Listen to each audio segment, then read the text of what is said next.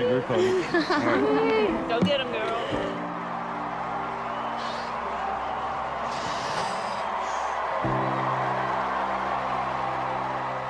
You got this. I got the shaking. All you need, if anything goes wrong, just look to me. I'll be there. I got you. I'm gonna help. I'm gonna even walk with you. No. Keep it going. Yeah. You got it.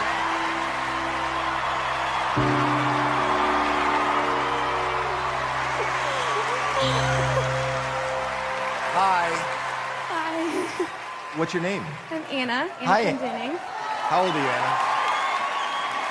I'm 20 years old. And what do you do for a living? I don't have a job right now, but that has to do with my situation and stuff, so. What's your situation? I suffer from anxiety and depression disorder, so about like 2 or 3 months ago, I was bedridden and I hadn't left my house in a couple months. When I was 14, I was diagnosed with an anxiety disorder. I suffered from a lot of panic attacks. I couldn't leave my house most days. I couldn't leave my room. I couldn't get out of bed. It felt like my mind had given up on me. I didn't see a future. I just didn't want to be here anymore. And You start to, question your ability as a parent. You can't do anything. You can't make it better. To see my little girl.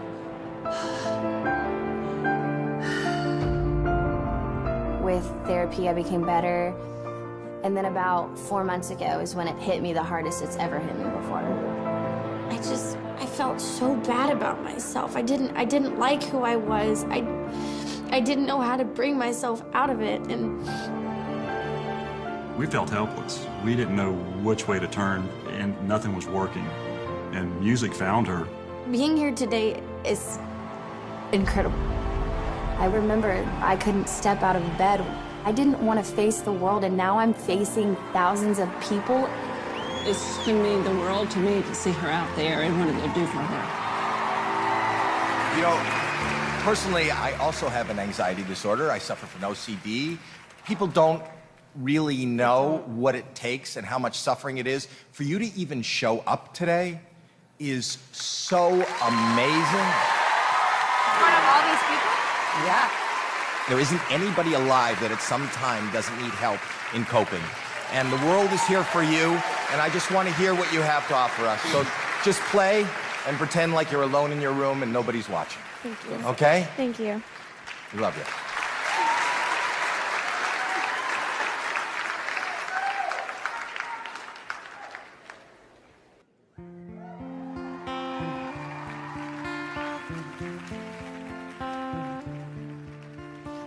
Heard there was a secret chord that David played to please the Lord, but you don't really care for music, do ya?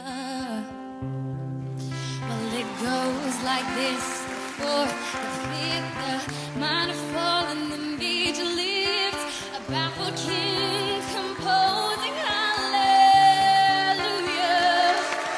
Amazing voice. You should be proud, So guys. strong, but she needed proof. You saw her bathing on the roof. Her beauty in the moonlight overthrew ya.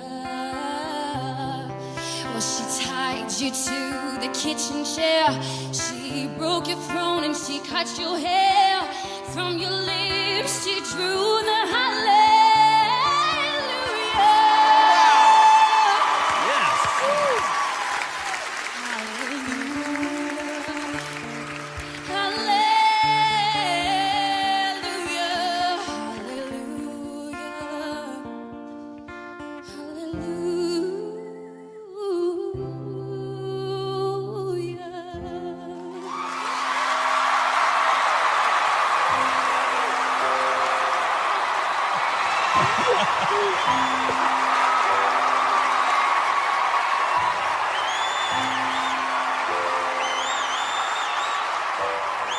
You're out. How great was that? Man, I'm gonna cry. Your life's good. And everybody's here for you, and everybody loves you. How about it?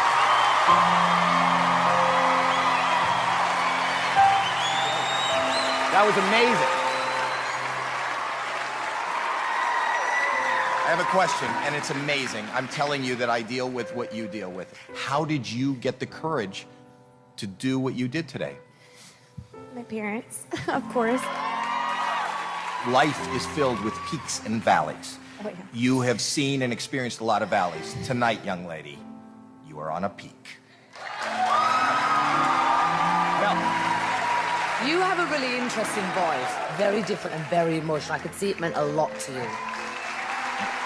First of all, I would like to thank you for sharing your story with us. I know it's not easy, and I really, really enjoyed it. I think you're a great singer. Thank you. Howard.